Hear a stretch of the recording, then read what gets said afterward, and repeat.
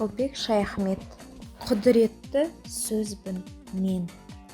От сияқты күйдіремін залалды, су сияқты шайып өтем жаманды.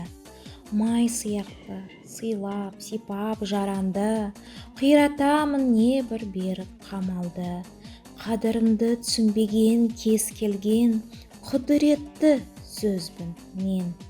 Жел сияқты самал болам желпіген, тұз сияқты астын дәмін келтірем.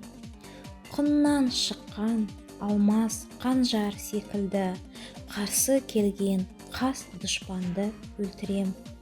Қадірімді түсінбеген кез келген құдіретті сөзбін мен. Кейде жауын, кейде қар боп жауатын, кейде сел боп ағатын. Жиын тойда ағайынға жағатын, ойда жоқта басқа пәле табатын. Қадірімді түсінбеген кез келген құдіретті сөзбін мен. Келе жатқан сан ықылым заманнан, қайыр көрген, жәбір көрген адамнан, өз орнын тауып жүрген қоғамнан, нәпақасын теріп жеген адалдан.